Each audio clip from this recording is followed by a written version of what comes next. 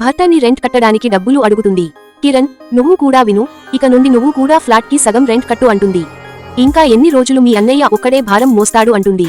అన్నయ్య ఏమంటుంది వదిన అంటే, మీ వదిన చెప్పింది నిజమేరా, నువ్వేం పని చెయ్యకుండా ఇంట్లోనే ఉంటున్నావ్, నాకు కూడా సహాయం చెయ్యట్లేదు అంటాడు. ఆ రోజు రాత్రి తన అన్నయ్యని రెంట్ ఎంత కట్టాలి అని అడుగుతాడు. రెంట్ 10,000 కడుతున్నాం, నువ్వు 5,000 కట్టు అంటే, సరే అన్నయ్య అంటాడు. అన్నం పెట్టడానికి కూడా డబ్బులు ఇవ్వు అంటే, అన్నంకి కూడా నా అంటాడు.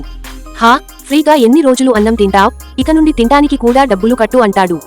నా దగ్గర 10,000 మాత్రమే ఉన్నాయి, 5,000 రెంట్కి, 3,000 భోజనానికి, ఇంక నా దగ్గర 2,000 మాత్రమే ఉంటాయి అంటాడు.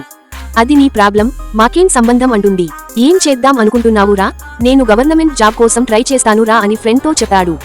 సరే గట్టిగా కష్టపడు, వాళ్ల మాటలు పట్టించుకోకు అంటాడు. తర్వాత రోజు నుండి కష్టపడి చదవటం మొదలు పెడతాడు. సంవత్సరం తర్వాత అన్నయ్య దగ్గరికి వచ్చి డోర్ కొడతాడు. ఏమైందిరా అంటే, నేను గవర్నమెంట్ ఎగ్జామ్ రాసి క్వాలిఫై అయ్యాను అంటాడు. చాలా మంచి మాట చెప్పావ్రా అంటాడు. కానీ ఇంటర్వ్యూకి రమ్మన్నారు, నా దగ్గర డబ్బులు లేవు, కొంచెం అప్పు ఇస్తావా అన్నయ్య, శాలరీ వచ్చిన వెంటనే ఇచ్చేస్తా అంటాడు. అయితే ముందు ఈ విషయానికి మీ వదినతో చెప్తా, తను ఏమంటుందో చూసి అప్పుడు ఇస్తా అంటాడు. తర్వాత ఏం జరిగిందో చూసే ముందు క్రికెట్ ఫ్యాన్స్ ఉంటే వీడియోకి లైక్ చేయండి.